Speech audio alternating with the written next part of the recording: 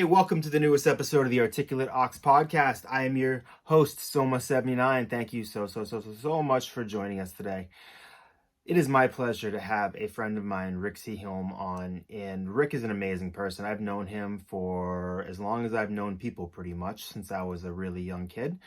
We grew up in the same town. He's a really brilliant musician. He has written this new album called Bluewing that just, he talks about it during the interview, but he essentially improv'd it. And it's about his mother struggling with disease and his own issues with Parkinson's. And I don't know, I'm totally blown away by Rick. I hadn't been in touch with him for a few years, and since then he's actually been kind enough to help me out with some of my some of the rap songs I'm working on. And even with just a few back and forths, he's helped me so much with my flow and just understanding music better. So I'm eternally grateful to him for that. So I definitely recommend you check out Bluewing by Rick Seaholm. Google it. It's on his Bandcamp page. It's really worth a listen. I've checked it out numerous times since this interview, and it's very special. So check out Rick. Follow him on social media. His information is underneath him on the YouTube video and in the show notes for the audio only version. So thank you very much. I'll talk to you next time.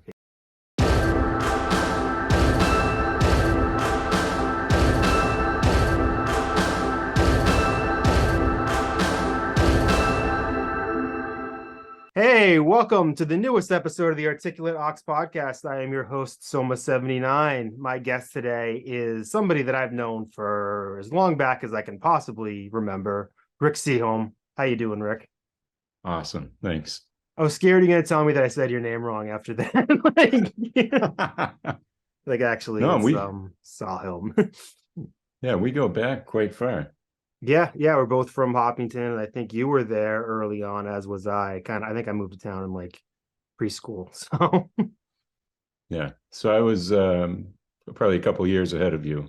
Yep. I think you're 2 years older than me. So yep. we're here talking about. I don't want to get off subject too quickly. Your new album, Bluewing.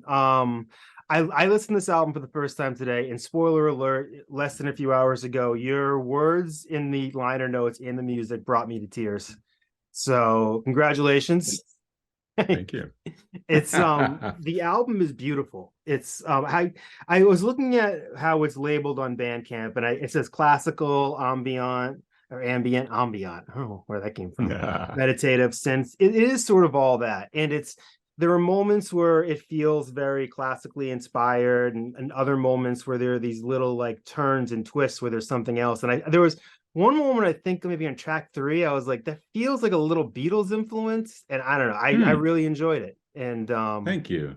It's excellent. So why don't you talk a little bit about where this album, like how this came about, or just about what do you got going on? Yeah, absolutely. Well, thanks a lot for having me on. I'm delighted to get to talk about any of this stuff. So this album came about this winter. It's inspired by a situation where my mom ended up in the hospital just 3 days before Christmas. It was an unexpected turn. I was working from home that day, fortunately, and my dad called up and said, "You got to come over here. I need some help." And so my sister and I and our spouses all raced over there, and we ended up getting her into the hospital, and it took her 9 weeks to get back home. And she did get home, but 9 weeks is a long time to be wondering. And there were a number of times where, things were a little touch and go, but maybe more so in our minds than not. And especially now where hospitals seem to want to send people home so quickly. So just somebody being there for so long, you'd think totally. So she had an infection on her leg, and it took quite a while to heal. And when the hospital was done with her, she ended up in a rehab. That's part of the 9 weeks. But yeah, during that period, I really had a lot on my mind, and just began to explore it musically. And so I'd love to talk about anything that you want to, particularly. So is this your first real album? Is this first time? Because I know you have some other singles out there on your Yeah. Bandcamp, but is this the first time you've really sat down to do something from front to end? Yeah. So I've been musical my whole life. Going back as long as I've known you, I've been Yeah, musical. I remember. Yeah. Um, but the way that I've been thinking about it a lot lately is that it's always been like a reactionary musician. When you're a performer, when you're a choral conductor like I am, a singer, whatever, you're generally given a blueprint by the composer, or it's a chart or a lead sheet or something, and you're kind of within the bounds of the culture or the idiom itself, and maybe the locale of where it was written, where you have certain amounts of leeway to do something with it. Um, but just in the last couple of years, I've started to really begin to think about letting some of the stuff in my head out, which one could call composing, but I always picture that as having, a Right. pen and Yeah. writing it all Yeah. out. So, of course, that's shifted quite a bit in the current day. So, like many of the people that are on your show wouldn't call themselves maybe composers, but that's exactly what they're doing. Right. And so, I've been taking that seriously for a couple of years now, and really trying very hard to come up with the right thing to release. That first step was really the hardest for me. There was something that I was working on last spring, and I wanted to release it, and then I stumbled, and it didn't happen. And then I thought, oh, I'll adapt it a bit, and I'll do it in the fall, and it didn't happen. So come New Year's Eve, New Year's Day, I said, I want to do this. I want to say that in 2022, I did that. So I put out that one of the singles that you would have seen there. And then that kind of just opened the faucet where I was suddenly saying, okay, people know what I'm trying to do. Right. It's probably not the best that it'll ever be. It's certainly not the best that it'll ever be. And it's, not the best that's out there, but at least I'm out there. And I think that was one of the major hurdles for me, was getting the first thing out. And so, um, to answer your question, I mean, this is the a wrong way around, but yeah, it is the very first full length thing that I've done, and I'm really proud of it. It So is interesting. One of the best encouragement I always got I got as an artist was that to do the thing that only you could do. And I hmm, feel that when I listened to this album, I was like, wow, this is something that felt very particular to you. In that I've always known you to be somebody who, I knew that you'd done some church music in your day. I know you played hmm, piano, a lot of people growing up, were playing guitars and stuff like that. You had a more, I don't know, if formal is the word, or maybe classically, whatever, oriented. And I could feel, and all of that is obviously very front and present. But there are these other hmm, little moments that remind me of sort of your personality, of like you're also sort of like the goofy person too, with like the Simpsons. Like you sort of hit both of those notes as a human, and I feel this in the music as well, where it comes together. The thing that I really wanted to ask you most about the album is like the end of epilogue, hmm. like the last note. What's going on there? I went back and listened to that the last like 30 seconds a few times, and I was like, oh, I love that. I don't know why, but I do. Thanks. Thank you so much. So, so the Bluewing suite, if you will, is 9 movements. There are 10 tracks on the album, but the 10th really isn't part of it. So this epilogue that you're referring to is the end of track 9, and throughout in the liner notes, I've tried to give the listener hints of what I want them to be thinking of. And it says in the liner notes, everything here is perfectly laid out for my story, but your story might be different. And so on the previous track, the liner notes, this is when we're finally able to visit her at the hospital after a quarantining from an unfortunate flu bug that went around and so on. And it says, I'm never leaving you. And then you get to this epilogue number 9, and it says, never have. And that's all that it is. And so the story really is about my parents. It's about the way that older couples, and I mean older as in longer term, the ways that they deal with each other, the ways that they love each other, even if sometimes you are looking at them from an outsider and saying, man, that's crass, or how could you do that? Don't you realize what they have been through for you, and this one has been through for you? So at the end of epilogue, the story isn't finished. She got out of the hospital or the rehab, and she's still 79 years old. She's going to be back in the hospital at some point. In fact, she was just about 2 weeks ago. Yeah. That's going to be a part of life. And We're I at the think point of our lives where we're taking care of our parents and they're not taking care of us, totally.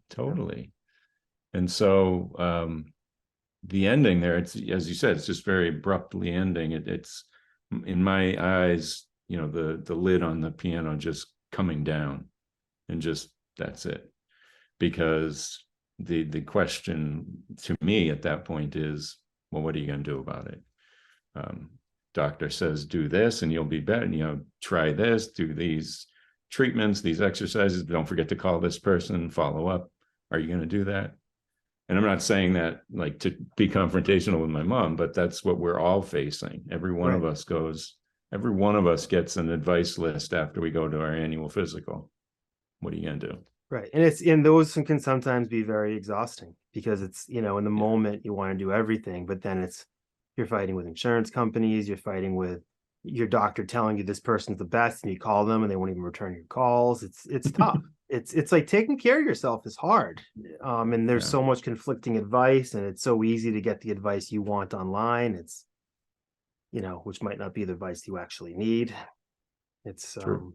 yeah, I have definitely found in my life that when you go to a doctor prepared, you get better service. Like if you go in like being able to sort of really communicate well and show that you care about your health, that it's always been my experience that it's been a better outcome, So, and I gotta say, you look great. I mean, you're a couple years older than me. You look healthier than a lot of, I'm not going to name names, but healthier than a lot of people that I see. You want to go through my yearbook or something? Yeah, I know. Let's point out some pictures. I mean, this hair you get going, man. I mean, I'm pretty envious. I didn't have that hair when I was 20.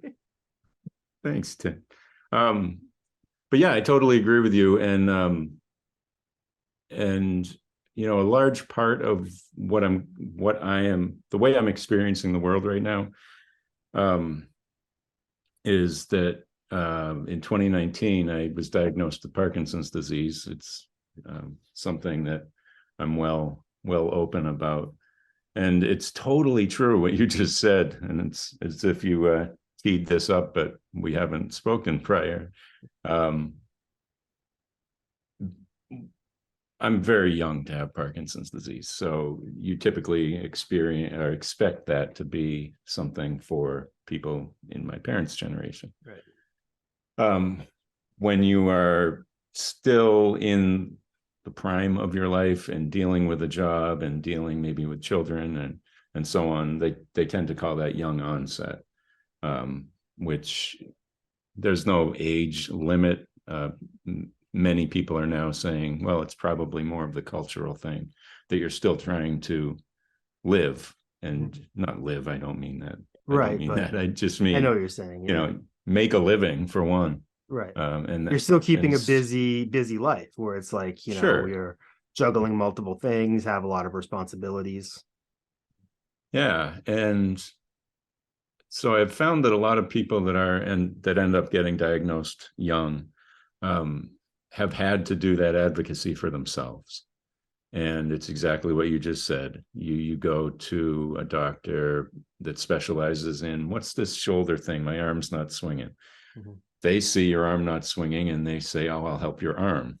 And then you say, I'm going to go to this guy because I'm choking when I sing. I used to sing, that was my job. And now I'm choking when I sing. And they're going to help your voice. But, what we need is Dr. House, MD, right? Yeah. Someone who writes that all up on the wall and says, okay, this is what you've got. But you have to do that yourself. And I don't know if that's peculiar to the United States system or the world in general, but you got to do that. Yeah. And because I did, I got my answer finally, and thank goodness, because I've been able to take some measures in the last couple of years to slow down the progression of something that won't ever get better. Right. Well, I'm glad Yeah. to hear that. I'm glad that you're taking the steps, and you obviously doesn't mean anything, but like I said, you look great. Hopefully you're feeling great more often than not. Thank you. It's stay healthy. It's yeah. So did this album come out of that as well? I mean, is there a reaction there that led to this? Any connection or? Yeah, totally. I think that everything that I write, at least the way that I've listened back to it, is there's a longing there. There's some, even the happier tunes have some sort of pain and longing built into them. And it's not something intentional. It's coming from my heart.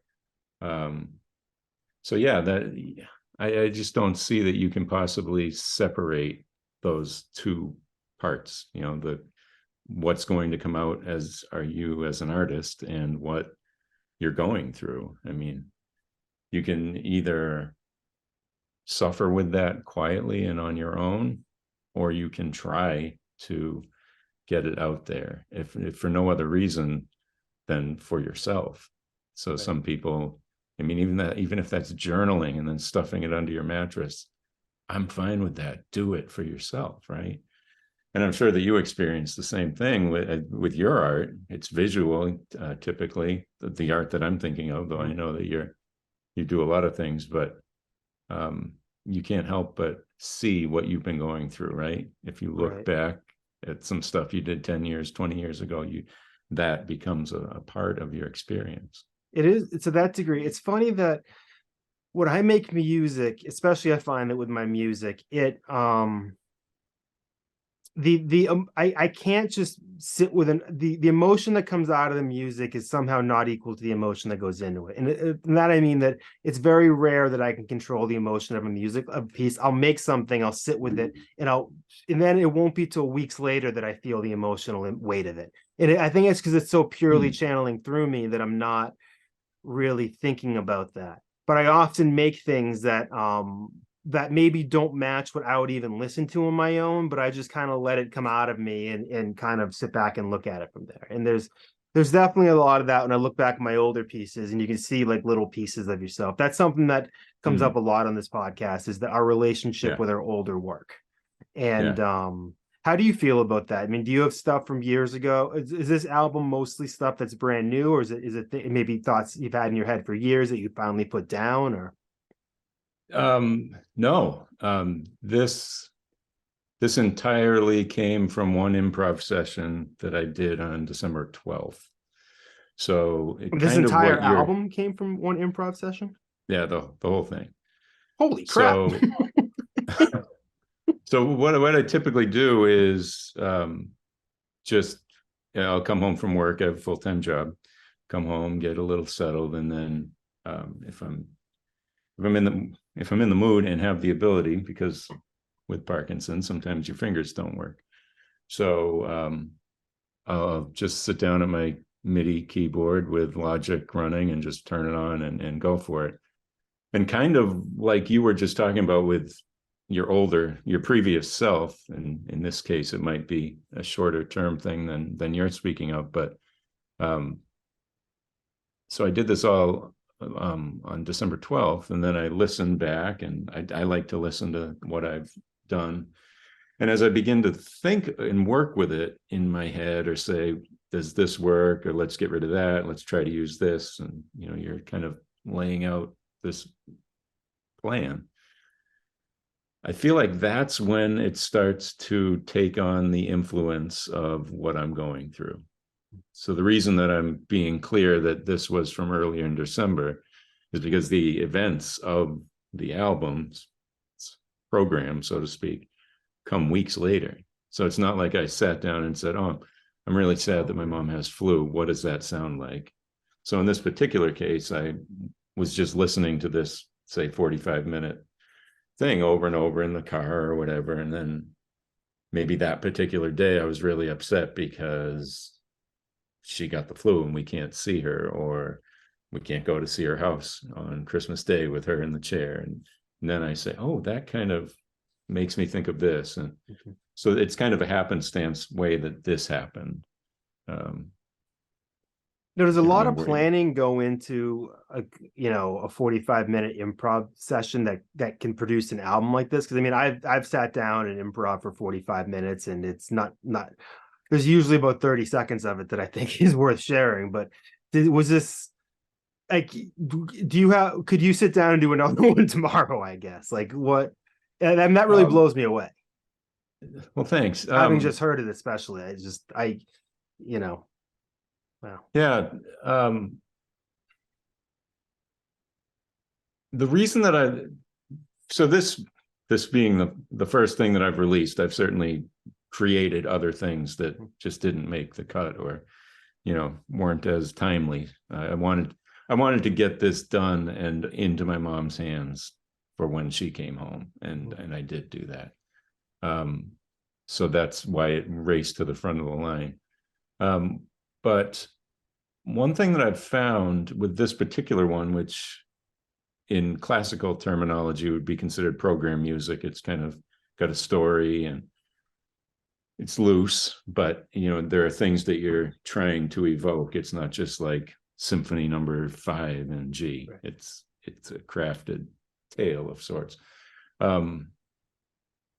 I guess you might say it's like a concept album or something in more, pop terms. I'm less familiar with that idiom, so I'm not entirely sure, but that's kind of what I'm thinking. And I find that when you are acting off of one session, you start themes that were in your head 10 minutes ago come back. You can't really help that from happening. So in order to have that full experience where everything seems related, I have found that it helps to have them all come from the same root file. That's not the way that I've always done things in the last number of years, but for this project, it certainly helped to tie themes together, and I think it's kind of fun. And it's occurring to me now that something like that is obviously the fact that you've been playing for so long and your understanding of this music is at a really high level, like of how music works and how it's formatted and how it fits together. Having that level of experience really gives you that really strong framework to be able to just create and just fill it in with these lush feelings. And it is so emotional. It's beautiful music. I mean, a lot of times I'll get really deep into one artist for this podcast or something else, and then I'll love it and then I'll move past it. But I know this will be something that I'll listen to a lot more. Thank you so much. And I hope you do Thanks. more of it. Yeah, it certainly it's feeling very fertile right now. There's a lot going on that I want to express, and I honestly feel like I'm still wicked new at it. I'll be totally candid about that, but I do feel like I'm starting to find my voice. That's critical, that you need to be authentic to yourself, and I think everything that you create, if you're authentic to yourself in the moment, then you're not going to feel bad about it in the future. You're not going to say, oh, I was putting on airs. I was a different person then. Right. If something I did in high school sounds kind of hokey, well, I was in high school. Right. I was still exuding some emotion from whatever it was. And so I find that that's, true to me. We talked a little bit about you referenced the liner notes earlier, and a lot of times albums come with liner notes, and I have the best intentions to read them, and I get about a sentence in, and I'm just drifting. But these were pulling me in more and more. And I'll tell you, the part that I started crying was the line, didn't I earn compassion? And when I Mm, read that, I was just like, all right. Like, I mean, it's just hitting me. And I was listening to the music at the same time, and I was just like, I had to take a beat. It's yeah. this is and I just do you mind if I just read this first paragraph here just to Not give at some all. perspective? So Not at this all. is, I'm gonna put on my spectacles here. I'm gonna sit up in my chair and Oh, very. Look at. I know because I feel like, and unfortunately there's a little bit of hand cream on these lenses, so I have to reading through a little bit of a smudge, but I think I can get it. All right, so this is from the liner notes from Rick's album Bluewing. In my first 20 years of marriage, and having recently calculated that we have been together for over half our lives, I have had a lot of time to think about the choice, the sacrifice, the vows. When we are fresh in a relationship, we move headstrong, thinking of the present and the near future. But seldom do we think about what truly lies ahead. It's hard, if not impossible, at 20, 30, likely even 50 or 60 to consider how we will evolve as we move forward together. How many of us how many of us would even have the courage, the audacity, I might say, to set forth on a path that will inevitably lend to the broken day when it somehow ends and two becomes one? Looking at an older couple as they move about the world, it's unclear who is helping whom, one at a time or maybe both. And then I'll just this one last sentence that I really like. Bluewing is a study of unity threatened.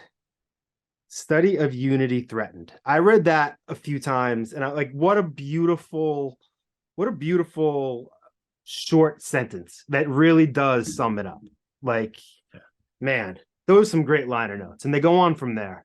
But you really Thanks. punched me in the gut, Rick. Thank you. I Well done, well done. I've always I've always been fascinated by elderly people. And I'm really quite struck and saddened by the fact that the people that are two generations ahead of us are drifting away. Right. And I still hang out with old people, but now they're my parents' age. And I Mm-hmm. miss the people that are my grandparents' age. And there's a few at my church, and I will cling to them as long as I possibly can, because there's just something about being that distance apart from someone. And I'm Right. sure it's the same reason that they love having grandkids and great grandkids. There's something special about that.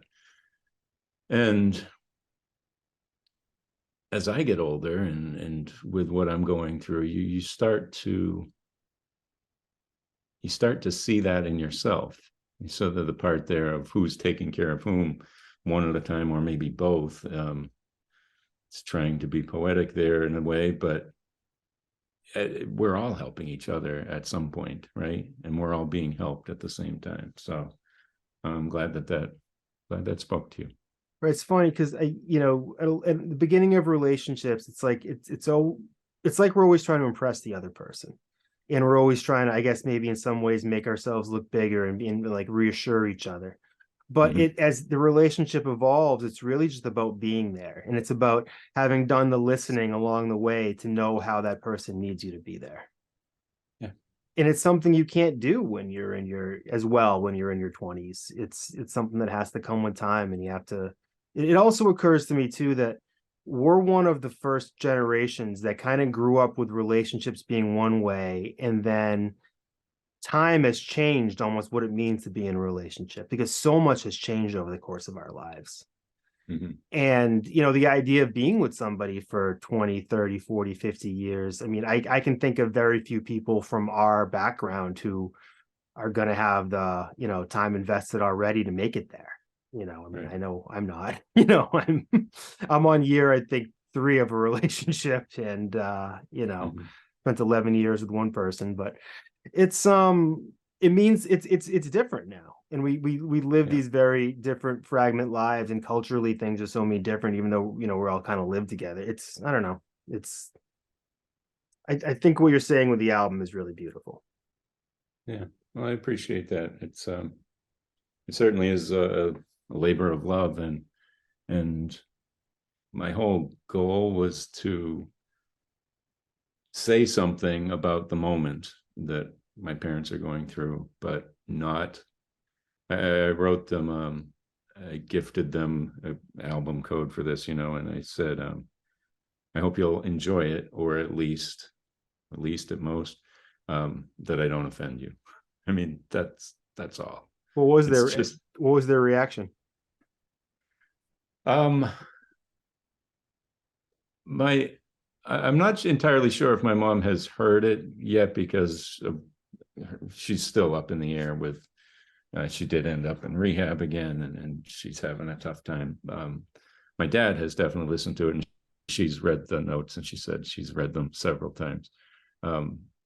He called me up one day. It was so cute. And he said, I've listened to this. And he had actually taken notes on every track, which was super cute. I really thought that was touching. And his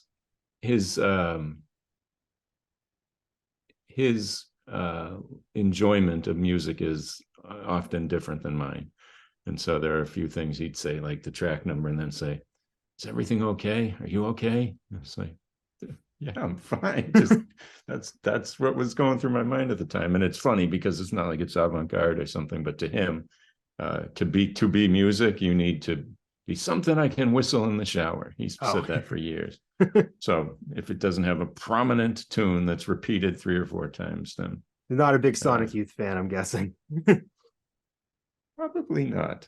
Probably not. But yeah, they certainly are appreciative of the gesture, and he can certainly recognize what went into it, whether or not it's his favorite thing or not.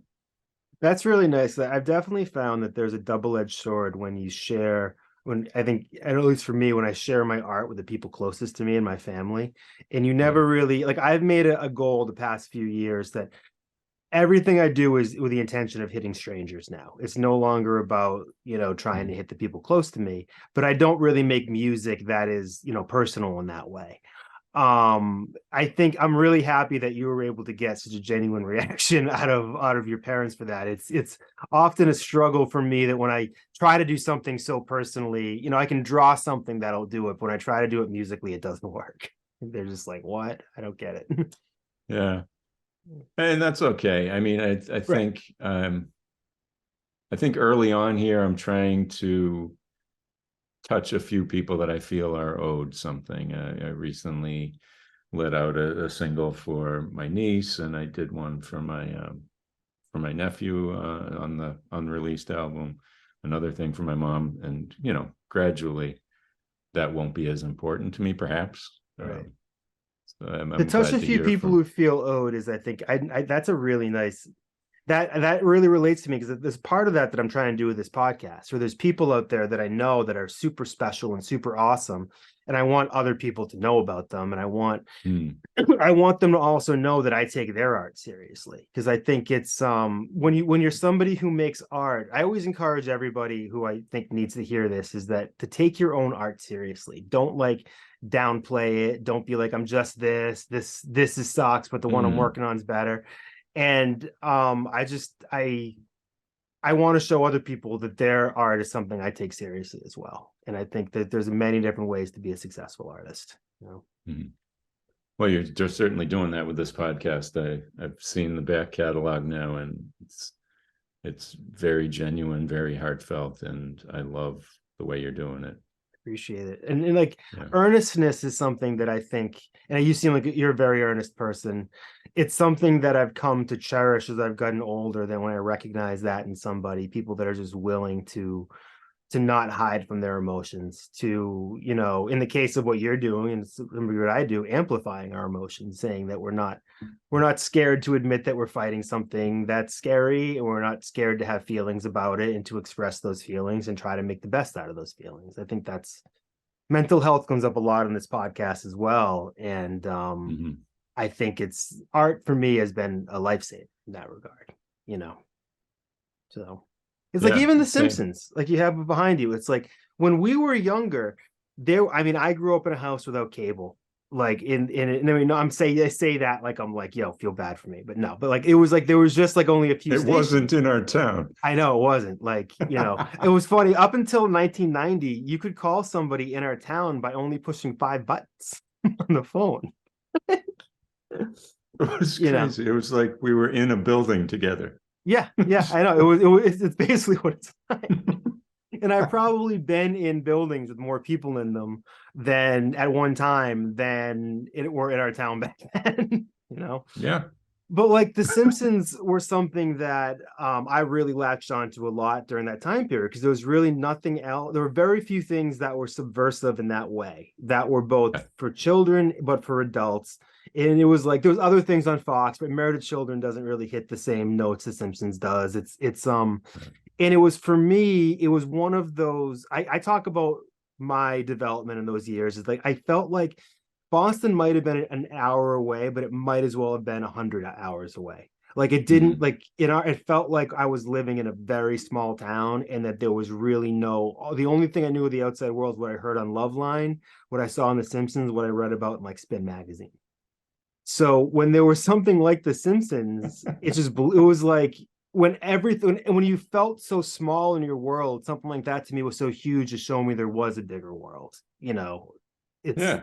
it's when you have I don't know, it's amazing to me how much comfort. I mean, you look behind me, some of these action figures behind me, I literally played with in the tub when I was in kindergarten, and now they're still on my wall, and there's probably something psychological about That's that. awesome. But I don't know. Love it. Yeah. So you meant, yep, go for it. No, just the Simpsons for me, I don't know how rich they were for you, but like that was everything to me. And Mhm. that was at a time where there wasn't always new content coming out. Like right now, you can't keep up, Oh you no, have no no. chance. But with that, I mean, I had the VHS tapes and they were labeled neatly, and I was fastidious about that. And I was watching some on Disney Plus a couple of weeks ago, Yeah. and I said to my wife, I can't believe how many of the things that I used to say constantly were from this one episode, which was the Hullabalooza with Funny, all. that was the first episode I thought about when we started talking with The Simpsons, because that one for me was a really important one. And she just I think it was the gave last me time I saw Billy Corgan with hair was that episode. she gave me this disdain and just said, "Yeah, you tried to impress me with," and like I'm on to you. I knew it at the time. I was like, "Yeah, but I'm really original now." Do you have any go-to Simpsons lines you say like in your everyday life? Because I always say, "Thanks, door." That's a big one for me. The one where you know what I'm saying. Thanks, door. And then I always say every time I park my car, remember we parked in the itchy lot from Itchy and Nice. Scratch. That one I say, and those are the That's two that I good. feel like I say the most. That's good. I seem to constantly pronounce possibly possibly, which was flying into the fake Jurassic Park. Yeah. Was that Itchy and Scratchy Land? I think that was, yeah. And he says, nothing could possibly go Go wrong. wrong. That is the first thing that ever went wrong.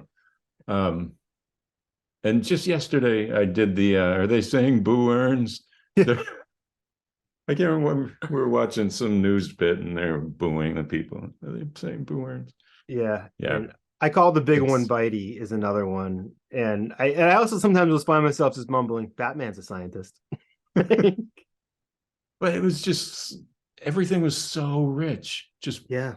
beautiful comedy. And like we were saying beforehand, it still is. It's slightly different because they've done everything, but God bless them. I know. I kind of I'm in a bunch of Simpsons groups on Facebook, and like every other group on Facebook, it turns into a dumpster fire of like transphobic lunacy like 4 times a day. But Great. every once in a while when there's something pure that comes through, it just really makes my life, But Yeah, I don't know. good stuff. So you mentioned something before about MIDI, and it Mm-hmm. hadn't. It's funny when I listened to the album, I was really kind of stuck in the moment. I hadn't actually thought about the construction of it, like whether, Mm, and especially when you said it was sort of an improv session, that really got my brains gearing. mm, So is MIDI for me was one of those things. So if people don't know, was a musical instrument digital interface. Is that mm-hmm. right? Which is basically a way that it's if you're playing piano, for example, it saves everything you're doing except for the sound. Like it saves like the notes that you're hitting, the pressure and the duration you're hitting them from, and therefore that can be that information is saved, and then you can play it with different sounds. So you can play it like it's a cello, you can play it like it's a drum even or whatever, and you can drastically change the tones of it. So it's a very, very powerful thing. It's used for probably almost any dance, any pop song, probably, somewhat for hip hop, but not as much.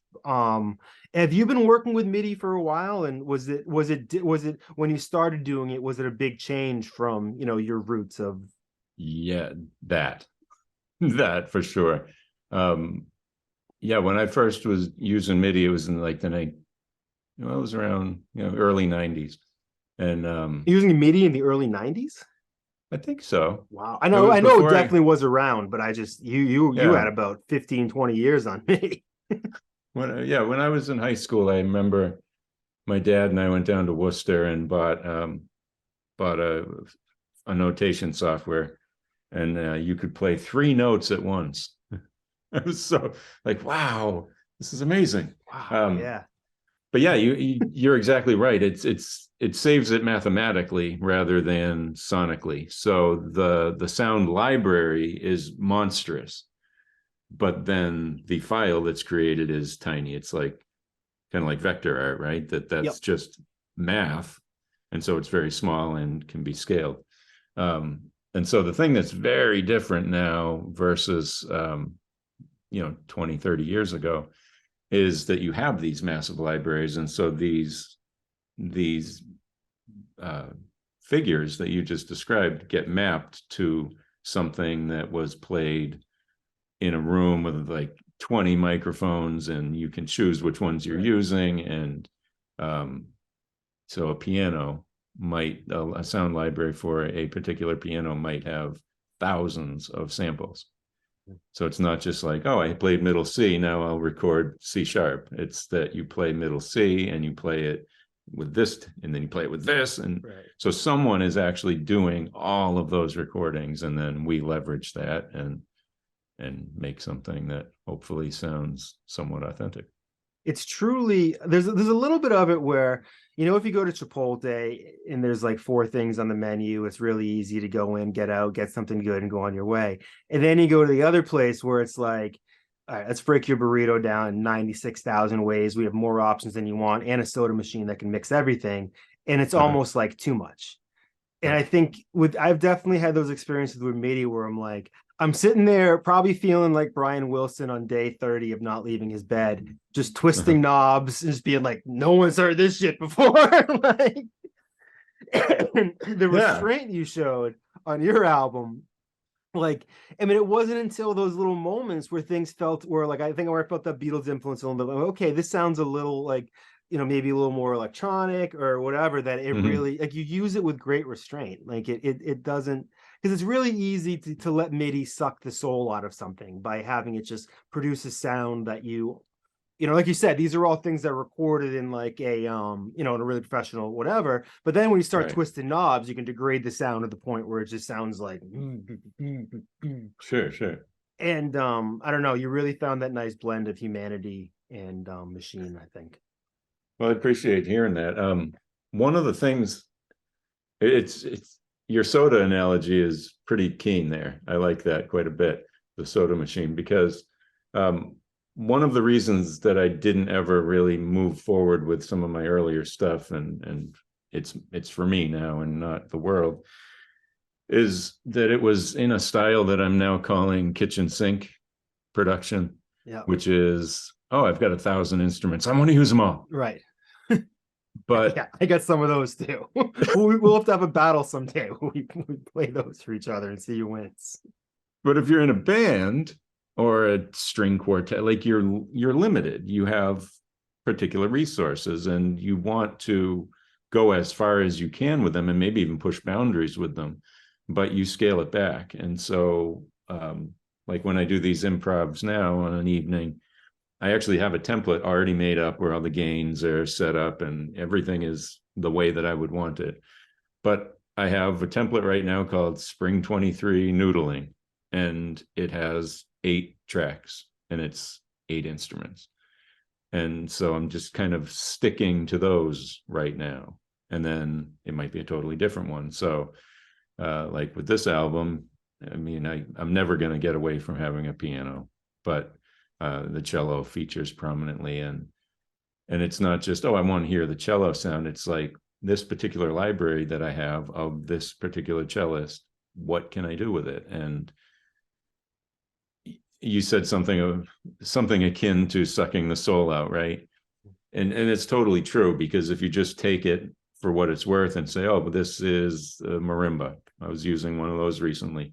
Plunk, plunk, plunk. Or do you make subtle changes to it, change the expression and so on? And if you learn to play that instrument rather than saying, I want to play number 10 and 256 and third, right, you actually try to get better, as funny as it sounds, at playing this instrument that someone else recorded. You can actually make it do some interesting things. Yeah. And so that's why I've kind of been spending time and restraint, like you said, with a particular core sound. And I think it ends up giving some more uniformity too. Tony, I mean, I come from a sampling background because a lot of the stuff I make is more hip hop oriented, and it's funny because a lot of that now, a lot of the things I make now don't have as many samples in it because I don't want, if I want, it's like I found I was betting against myself. If I put out something out there with a sample in it and it did well, then I'm gonna have a problem on my hands. So why would I put something out if I didn't want it to do well? And if I'm putting the sample on it, then I'm just like, which way am I going? But I think that it is interesting now that you can basically treat these, you can create a composition to then sample onto your, it's amazing now what you can do. And to that point, like sometimes when you do use a sample, sometimes you suck the soul out of it, but sometimes you blow the soul into it. And the things coming in my head are maybe some of those like the P. Diddy and Biggie songs from like the late 90s where they really like took these samples that were probably pretty mainstream, but they presented them in this whole new way and they had this new gleam to them. And I don't know, I always love stuff like that. I always thought that you kind of just keeping history alive, and I don't know. Yeah. I mean, I love I'm sure you use the app Who Sampled and see where everything came from. Yeah. And the people out there trying to find those samples, they got to go away, because I got a few that I don't want anybody to find on some of my tracks that are out there. Let's leave it at that. But sometimes it's so much fun to look up a track, and then I was listening to G's and Hustlers the other day, or a couple months ago, and I said, "What the heck is that? The piano on that?" And I looked it up, and I don't remember the name of it now, but it's on YouTube, the original. And it's like, this is the craziest, awesome thing. And I don't have that sample background, but I've always been totally fascinated by the ways in which they do that. No skill at it except for listening, and so that rings true with me for sure. But I think you make a great point about being afraid of success. Like, think of Paul's Boutique, right? Yeah. Like De La Soul's 3 Feet High and Rising is just now coming out because of 30 years of legal drama and insanity, and I don't know. And it's such a shame, because it used to be that was an honor, right? To get your, like, if you got quoted on a jazz stage, like, that was awesome. And in the classical period, they did that all the time, and it was honorific. But now, of course, it's about money. I think too, and I don't want to make this too racial, but I think there's also a part of it where it's like the people who seemed the most mad were the old white dudes. It wasn't like, I know Parliament kind of like probably didn't get all the money they should have, or some of these people, but it wasn't really them complaining as much as it was like the dude from, I don't know. There's a song "Breathe" by Fabulous, which has a hook on it that's a sample from, I want to say, Grand Funk or Steppenwolf or somebody. And Fabulous knew that song would change his life. And he had to give 100% of the publishing and everything away for that song because they did not want to release the sample. And they were like, "You're crazy." And he's like, "I'm going to tour around the world on this and have a career forever on it." I can't imagine I can't imagine what has to be like in your heart to go, no, I'm taking all of this if you want to use it at all. Like how precious do you have to feel about yourself? You Mm, know, I don't know. It's something I can't relate. I have trouble relating to. I have trouble relating to the mentality too of it sort of to me is the idea that older is always better. And that's not something I typically, and like people talk about, oh, the Beatles, there's no one like the Beatles now. Well, we all have these. This has better recording equipment than the Beatles had forever. We're in a different time now. There are people sure. like that now, but you're grading them on the wrong scale. I don't know. Yeah, I think that's a good point. And you can't unhear what you've heard. Right. Everybody knows what that is. And so we're either building off of it intentionally, maybe, or we are trying to separate ourselves from something that is from generations behind us. But that's something that I've always been really intrigued by is you can't possibly know what it was like to hear Handel's Messiah the first time Right. because we've heard everything since then. And the Um, instruments that was being played on it too, like even you can't hear it as it was heard then. I mean, I'm sure to some degree you can, but it was a unique moment in time. yeah, Yeah. yeah. So for you, what really are your influences? I mean, I think, that's sort of a very cliched question to ask somebody musically, but you do come from having a lot of diverse things that you're into. I mean, this album doesn't sound like it was made by somebody who was Googling the samples from G's and Hustlers, like, recently. Like, so what's the path?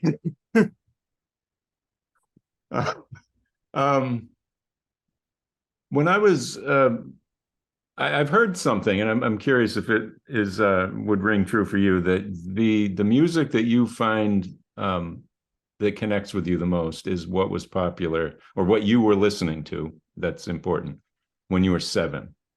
7. Interesting. And for me, it I works thought you were out going to say what I'd perfectly. always heard is that people stop listening to new music when they lose their virginity.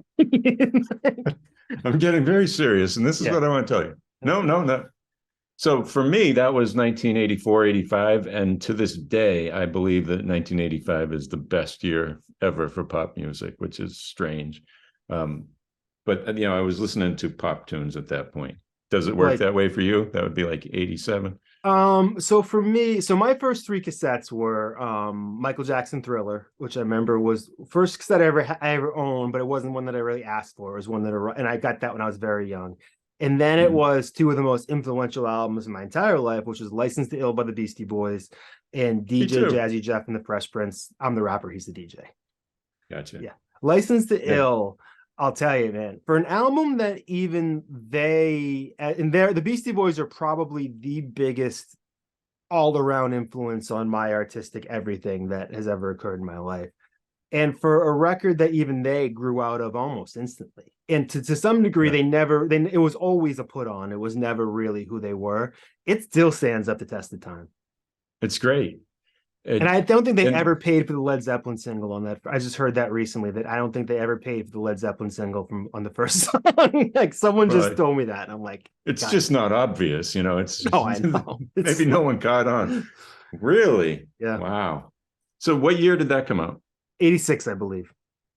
Okay, so yeah, that was one of the very first cassettes that I owned as well. I actually got it in my Easter basket, which is kind of weird because it says "Eat Me" on the cover, Yeah, right? I was just thinking that was But at it's 8 me on the like, cover. I got it for okay. Christmas.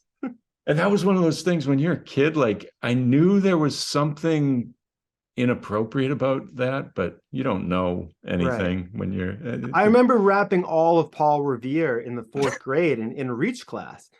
And I'm like, and and I could reach, probably, reach, yes, reach it was like class. Oregon Trail. Then it was like me rapping. And I remember somebody in the Yes. class being mad because they thought I was going to get extra credit for it. I'm like, what is happening? And I remember who Well, that it's was, but I'm reach. not going to say their name. He, listeners, he's part of the gifted program of his Oh, God. Yeah. elementary school. Yeah. It's, Yeah, but like, so do you remember like listening on a lot of the stuff I heard was in the back of the bus. It was people that were from your class playing Easy and Two Live Crew and Beastie Boys. oh, that's another one. The Two Live Crew, man, that was supposed to be so Yeah. like it was gonna ruin the whole world. You listen to that now and it's just like Though it's This funny, is so just this week it pedestrian. came out that there's a I guess in Atlanta years ago there are these parties called Freaknik or something, and it was like kind of Two Live Crew inspired type atmosphere where people were just letting loose. And now a documentary about those times are coming out, and there's people from those times that are like, you know, a little older than us going, I may be in some of those shots. They're like kind of freaking out. So That's great. True Well, Life Crew isn't done making people's lives tricky. you mentioned the school bus, and I think some school buses in our town had radios on them. I think I think you're right. maybe Yep. the driver had the little transistors. But I recently realized that, or I've known forever, that there is a period of music and culture that I can't stand, and it makes my stomach hurt. And I recently realized that all of these songs were from my kindergarten year, and I would have heard them on the bus when I couldn't stand going to school. So what are some of these So, songs? Because I hated going to school too, and I bet you're gonna say some of them. And I'm gonna feel like it chill up my spine. I do one of very the, much remember our fourth grade teacher making us listening to "Wind Beneath Our Wings" in class, and I was just like, ooh, "Get me out of that's here!" nice. That's nice. And she was very mad that "Don't Worry, Be Happy" beat it out for Song of the Year, and that's what I remember. And yet I Well, that's a struggle with good like song. when my own birthday is. But That's a good song. yeah, I like "Don't Worry, Be Happy." The main one that I'm thinking of right now is, and the year might not add up, but it is Baker Street by it's got that huge saxophone. Ba, wah, da, da, da, I da. think I know what you're talking about. It's Yeah, on the Good Will Hunting soundtrack, I yeah. think. And every time I've ever heard it, my stomach hurts. It's just immediate. And I realized that was something that I first got exposed to when I was in kindergarten, and I hated it.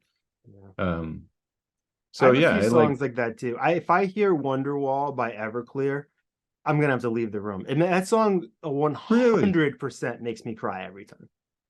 I'm just thinking about it because now. I can feel like the so you have to leave because you like it. no, just because it brings out emotion in me. Like it Brings out an literally, I emotion. can't Okay. hear it without it making me cry. And Okay. it's just such a powerful, I don't know, and it's a song that I think sort of got lost over time, and me I don't even know if you hear it very much, but and I actually got to meet the guy from Everclear once briefly, and he was kind of a dick.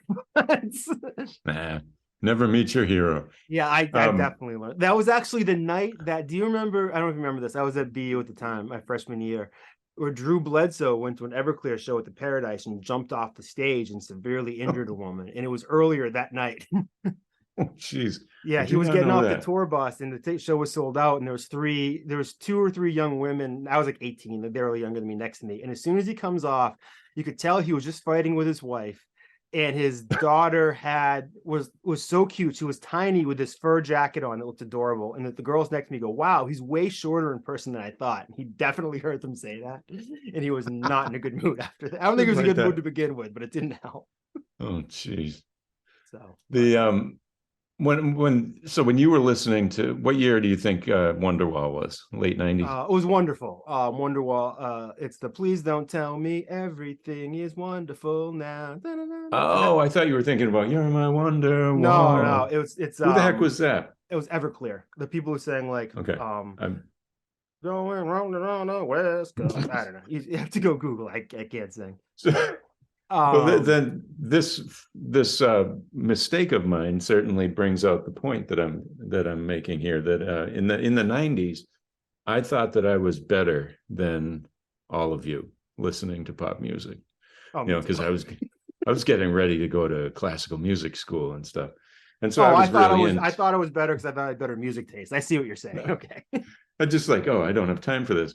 And so now when I hear songs from that period, like early college, so like right at the cusp of the mid 90s, I listen to it and I get what I call a nostalgia for things unexperienced.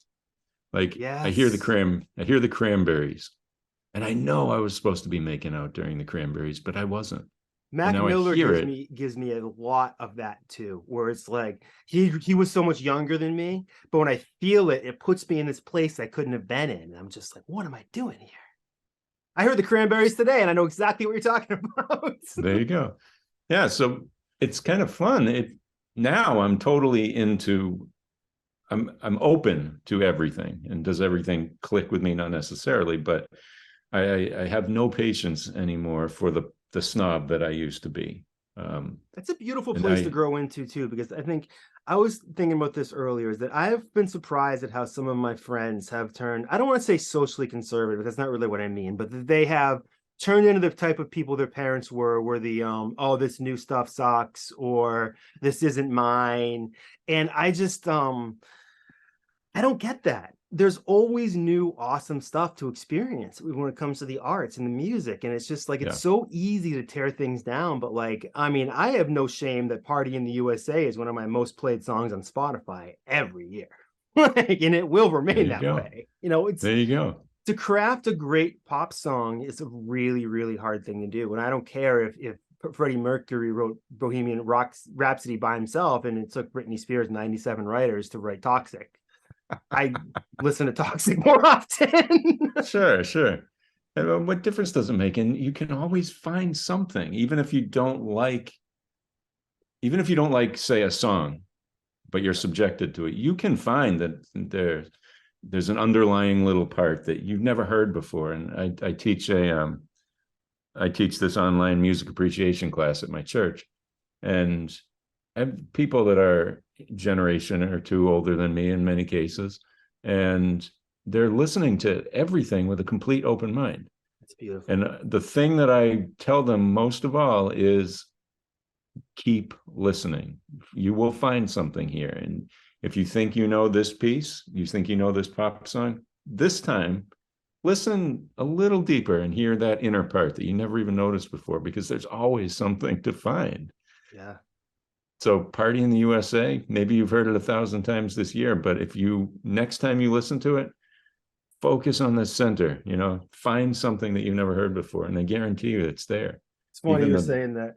I have an interview tomorrow night, and hopefully I'm just going to cut if this for some reason gets canceled. But I don't know if you're familiar with MF Doom, but he's a rapper, wore a mask for years, and Mad Villainy, which is this cover here, is essentially the greatest independent hip hop album of all time, and it's very well regarded. So I'm interviewing the person who wrote this book about it that just came out the day tomorrow night, and Nice. he's in the book. They talk about how that's one of those albums where no matter how many times you've heard it, you get something new. And for the movie Eyes Wide Shut, one of my favorite movies, every time I see it, there's something, not something small new that comes out of it, but something big new that comes out of it. Huh. And like in Mad Villainy, the same way. And it's always there. There's always like, I also have to think about too that a lesson I didn't learn a lot when I was mixing, when I used to mix a lot of music, is that you can't really do it with headphones on because your ears get tired so quickly. And like there really is such a thing as fresh ears. It was in like time, both from a time perspective and from a perspective of your ears actually recovering. And the set and setting of music is so important. I became, as much as I'm not a snob of what I listen to, I have become a bit of a vinyl snob over the past year, where I've just become one of those people. I'm like, ooh, but it sounds so good on vinyl, Yeah.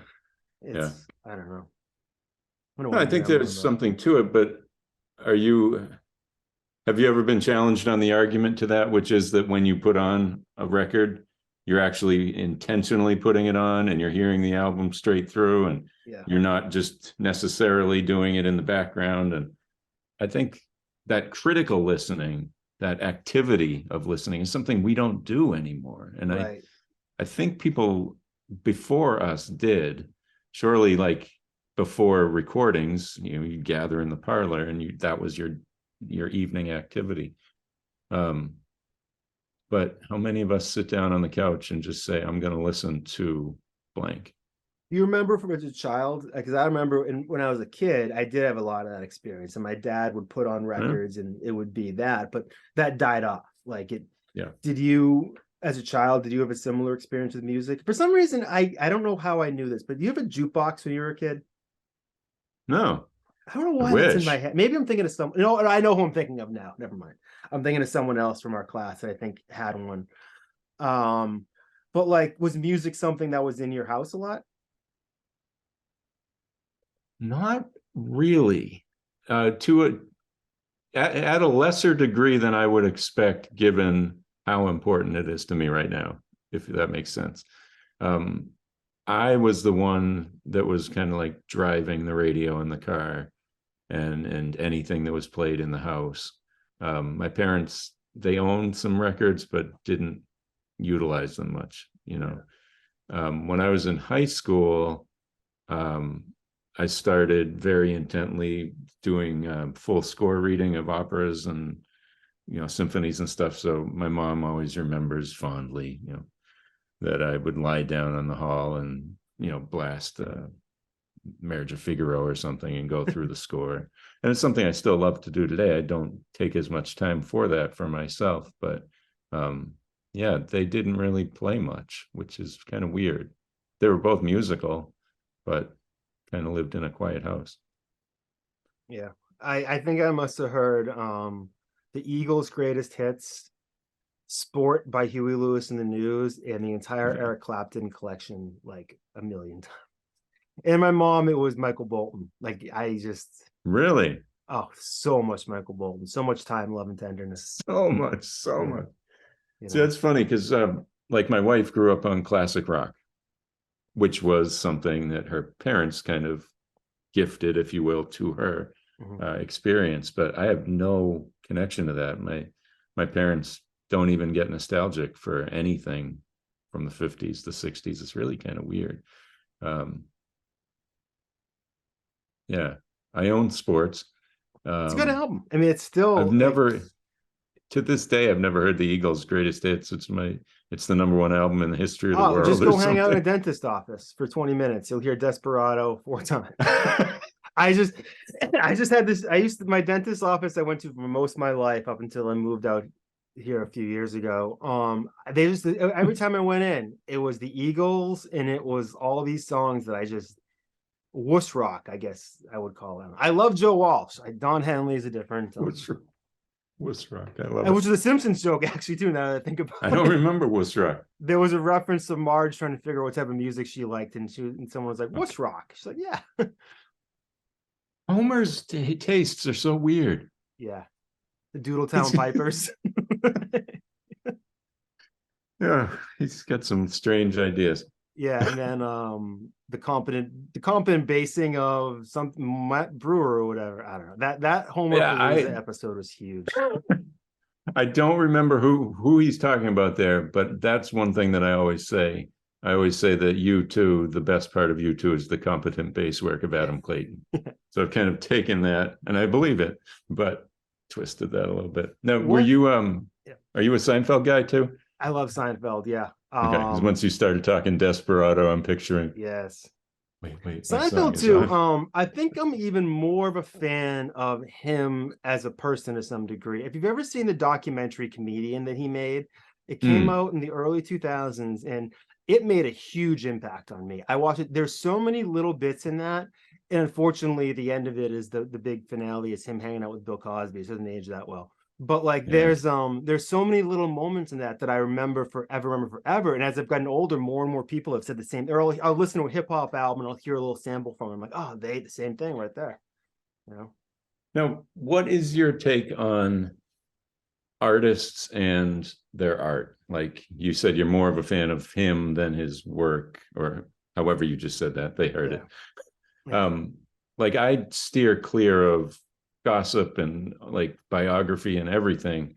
If I like a person's art, that's what it means to me. And I tend not to know much about who I'm they're a married I'm a to. big memoir person. Most of the books that I Oh, read okay, are like memoirs of people that I respect, that I'm really sure. into. Like, I want to hear more about their thought process of how they do things. But there's some people that there's some I guess we call celebrities who like I have a pair of Billie Eilish Air Jordans next to me. I've never heard a Billie Eilish song in my life, but every time I see her, I think she looks cool. I think they look cool. I forget exactly, but like and and it's like I'm cool with just Billie Eilish being on my Instagram and catching a few seconds every once in a while of the songs, but like I'm all in on what I know. But I also don't need to go any further. And there's some people who I Yeah, just want to hear their music. And then, I mean, like in the case I mentioned, being the guy from Everclear, it's hard for me to bring up Everclear now without then finishing going, yeah, but I met the guy once and he was kind of a dick. And it's right. like that, then as Yeah, soon as the music isn't as good as it used to be, you're just like, oh, I'm already halfway around that turn of not being into you anymore. So it really depends. It's like sometimes things get ruined and sometimes things get better, and I just got to kind of take it. I mean, Yeah. But I'm also Yeah. I someone too, think like with Kanye, I was a huge Kanye fan. I cannot, like, one of his songs comes on now and I'm just like, ugh. is that because of him, the person, or you think the art has changed, or Him, the person. Like, there's one song in particular, like New God Flow with him and Pusha T, where Kanye's rapping about all this stuff that he's sort of accomplished and all this stuff. And it's one of my favorite songs by him. I listen to it now and I'm just like, but all of that just to turn into this? Like, all of what you're saying here is impressive and true, but it all just to turn into like somebody who spreads hate? Like, it's just a weird, and especially for somebody who every step of the way in his career, he always knew what was coming next. Like, this video of him from like 2000, well, this is the next 5 albums I'm putting out, and that was the next 5 albums he put out. So it's like, really, was this the plan all along? wow, masterminded himself there. Yeah, painted himself into a corner where, I don't know, whatever. Huh. So Yeah. is there any musicians who you think people would be surprised that you're really into? For me, it's the Carpenters. I just sat and watched this documentary on the Carpenters, and my girlfriend, I think, didn't recognize who I was during that time. I was just like, rainy days and Mondays always, like, just That's good stuff. You like it's the amazing. Christmas album? I'll take it all. I love it all. Yeah. Yeah. Yeah. Good stuff. Um, I think people are sometimes surprised because, I'm dealing in church music a lot of my life and classical and teaching an appreciation class, but early hip hop is one of the things that I just adore. And it's not that I grew away from it. That it changed and I had to get out or something. I just started, getting into a whole bunch of other stuff. But Run DMC, Public Enemy, early 90s Public period and Enemy stuff. right here. Yeah. It's just outstanding It really is. that, like, what they were able to do, how they did it. And like when I think about the things that, like, I'm trying to do now, mixing and mastering and stuff, and to be doing any of, I mean, not just hip hop, but anybody that was doing that without digital, Oh my it's God. just like, are you serious? You're using scissors? Like, Yeah. I really? remember, like, when I was young, listening to License to Ill, literally trying to figure out how they did it. And my brain couldn't wrap my mind around it at all. Like, and I didn't even understand what a 4/4 beat was at that point.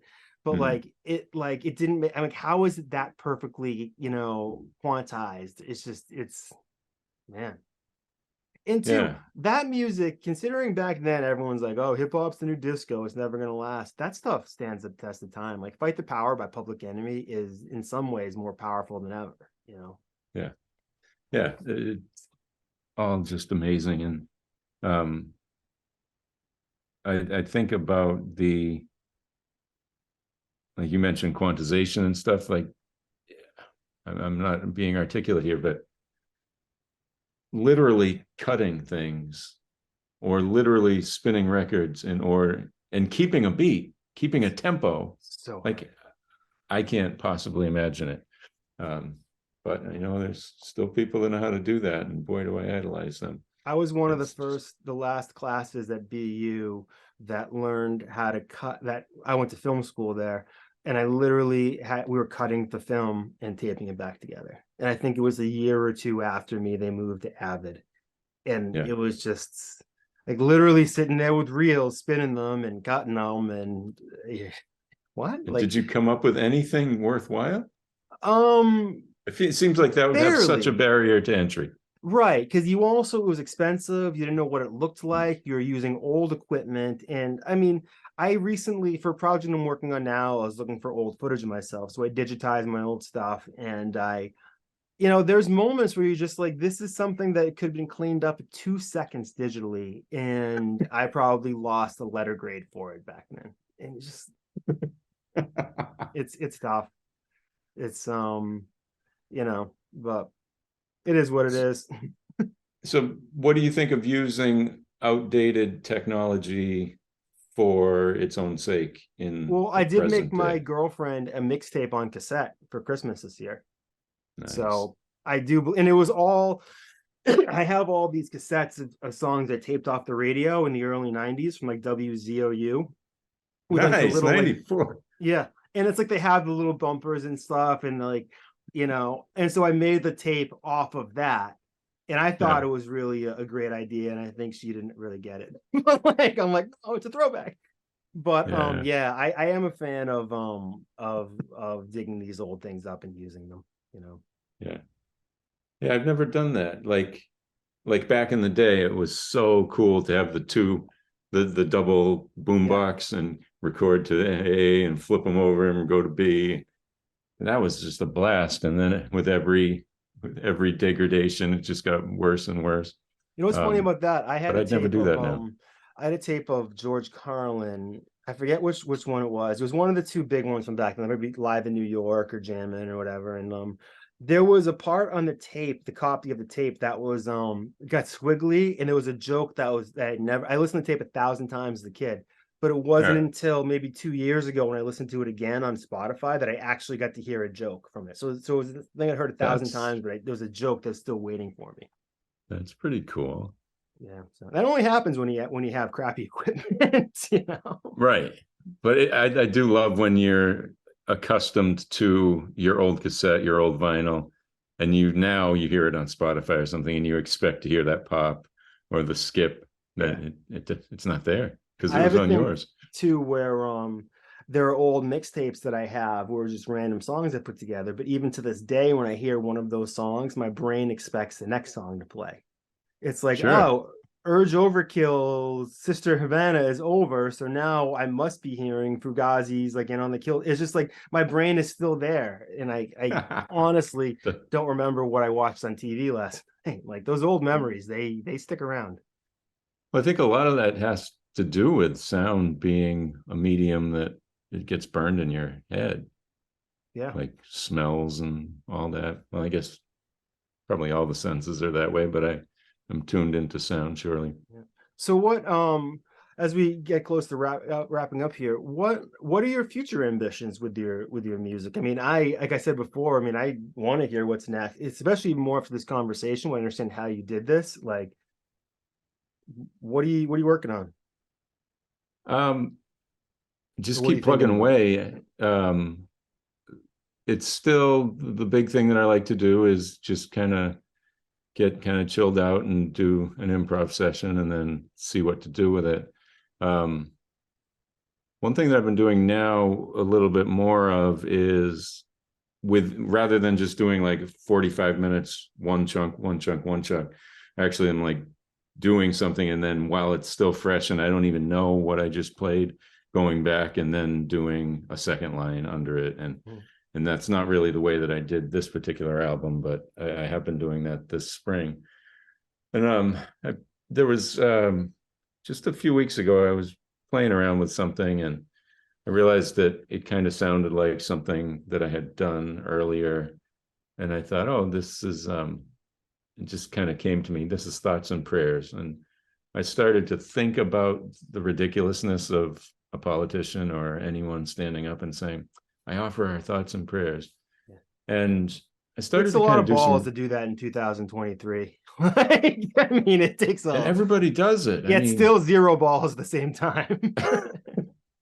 and then I started to look it up and I thought, is it possible that these really are all like everybody's really saying this, or is this just some effect that I'm making up in my mind? And I found various articles that say that they discovered or conclude that this or that person is just reusing old tweets and substituting out words. And Yeah. I mean, what else can you say? But that still seems very crass. So I kind of am thinking now of all of these words: condolences, um, thoughts, prayers, senseless, these words that show. I actually looked up like politician tweets after tragedy and just Right. look through them. And if you made a word cloud, you'd get senseless and, thoughtless and all these things. So right now I'm kind of playing with all of those words. And eventually I'm going to do something with that. Um, These not as words, any, like, they get used so much, their meaning actually changes. And I think you see that now with woke, where it's like, you can easily Google where that word started. But Right. depending on who you ask now, that word means vastly different things. There are people with very negative attitudes of that word who can't define it for you. Right. And it's twisted what it means to almost everybody. And it's a kind of a modern, like, when you can't change the facts, you change how people feel about what's in black and white to some degree. It's twisted, you know. Yeah. And so, like with the word woke, so few people, like you said, know the history and what it means. And I mean, talking about woke banks and like, Yeah. what? Like, it's, so much just doesn't make sense. So, that's one thing that I'm working on right now. And when this comes out, that will probably be in my rearview mirror. Who knows? Um, but as kind of maudlin as it sounds, I know that there are some things that I'm probably not going to be able to do forever because of where my life will be going. And right now, there are things in this head that I want to get out there. And so, that's kind of the focus, is just try to say as much as I possibly can. So if it's a dedication to my parents, so be it. If it's something about tragedy, so be it. Like, just whatever is coming out, I want to get it down as quickly as I can. Like I said, fingers don't work every single day. Sometimes they do. When it does, I just play as fast as, not as fast as I can, but I just mean as copiously as I can. Because part of the beauty of it, right, is that will always be there. And because I can then twist it and use it, if I recorded it in digital in 2023, and I still am able to do something with it in 2050. I mean, I don't want to sound maudlin, but it'll still be there. I mean, I it's think funny you that's mentioned I really, really cool. I recorded an album last year that's coming out next year once I'm done with this film project on it. And the last song on the album, the first verse was recorded when I was 27, and the last verse was recorded last year. Like, written in, like, and it was sort of like, and it was the best verse I ever wrote back then. And so then Huh. I had to sort of match it, and I had to get it done within 2 days because the guy mixing my album's computer was about to die. And he's like, look, TikTok, TikTok. And it just came out, and I'm just like, this doesn't happen if you don't have this. It's probably one of my favorite songs I've recorded, but it doesn't happen if you don't have this relationship with your own work, if you haven't felt comfortable with where you've been and where you're going. And it is like I really appreciate what you're saying, is that idea of getting it all down there and just always having something to play with.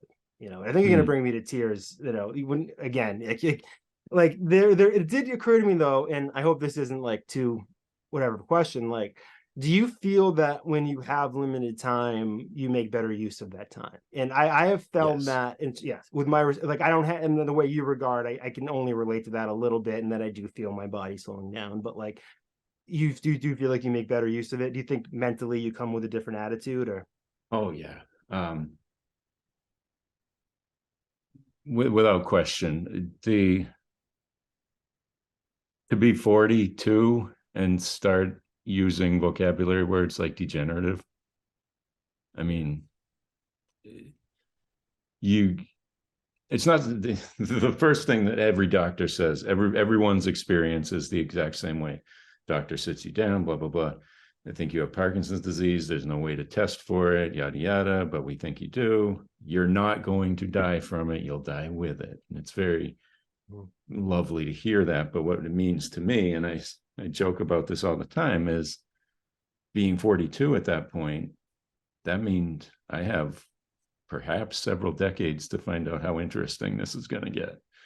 Right. So I'm there as far as seeing the comedy of it. But when you think about, and most of our experiences of anyone who's not living our lives is fictional, right? So anytime that you see the fictional end of life scenario, it's always someone who realized it too late. Right. But I mean, I wish I didn't have this, obviously, but the fact that I do, I'm totally comfortable with it now. The thing that it gave me was to say, okay, you're not dying today, but someday you will. Everybody will.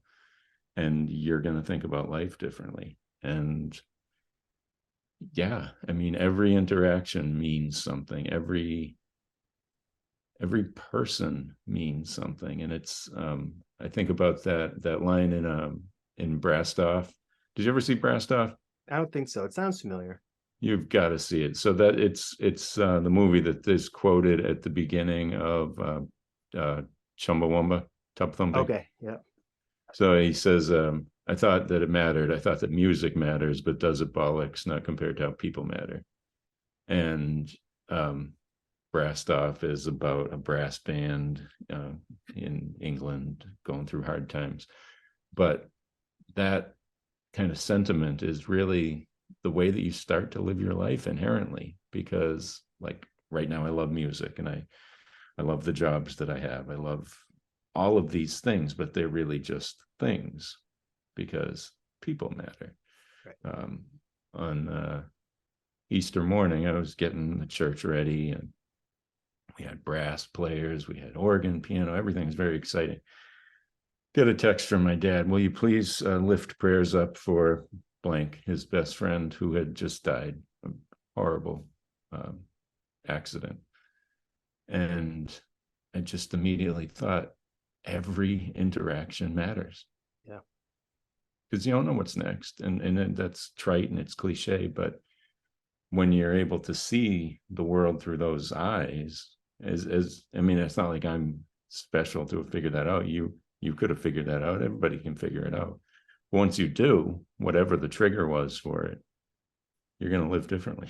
Yeah. You're going to live differently. I mean, I'll tell you, I don't know if you remember Sean Fitzpatrick, who recently passed away from Hopkinton. And he was someone who had sent me nice notes off and on over the years, like just about my art and stuff. And I chatted with him a little bit and had other mutual friends, but never really got that time to go back and reconnect with him. And then it's just not going to happen. And it's like, it felt that pain in my heart when I heard, but like, I was glad I had those few exchanges, but like, yeah, everyone does matter. And you don't know when someone isn't going to be around anymore. And it's, it does sound a little trite and cliche, but it's very true. I mean, it's one of the big things, it's hanging behind me in my office so that every time I'm on a Zoom at work, everybody sees it behind me. It says, and it's been attributed to everybody in the world, so I don't know who said it, but not me. Be patient. Sometimes it says be kind. Everyone you know is fighting a battle you know nothing about. And for years, that has meant something to me. And I always thought that it meant they're fighting something and they're keeping it under wraps, like you don't know that they're fighting it. And that's true, and it means something still. But then when I realized that it also means they're going through something, and even if you know that they're going through something, you don't know what it means to go through that, right? So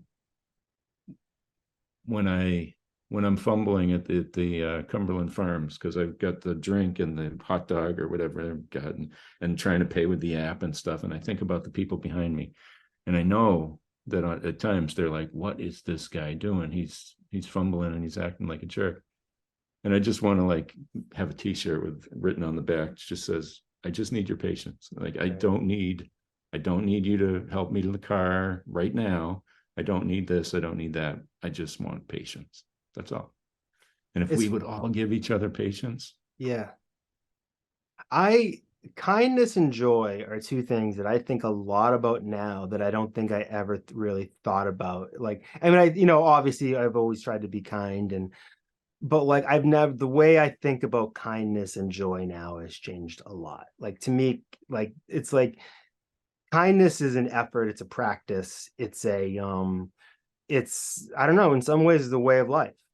And I think joy is something that if you're not, that just that unbridled, the thing that tickles you in a way that changes you briefly is kind of the way I think about joy. It's something beyond happiness, something that literally takes you away from the moment. And those are such crucial things. And I think they work in tandem a lot of times too. So. And it goes back to the mental health that we were talking about earlier.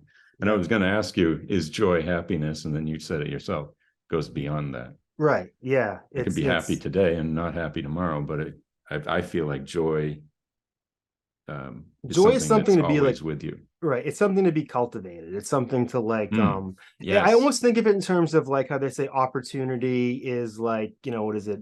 Persistence meets timing or whatever.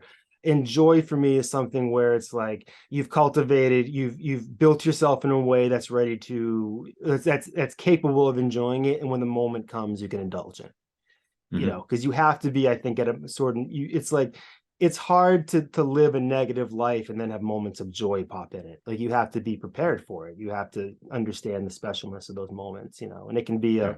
blizzard from Dairy Queen, or I mean, for me, this is sort of a weird thing, but for me, there was a period of maybe 3 years where every time a new Marvel movie came out and I got to go to the theater and eat like an edible and like enjoy that.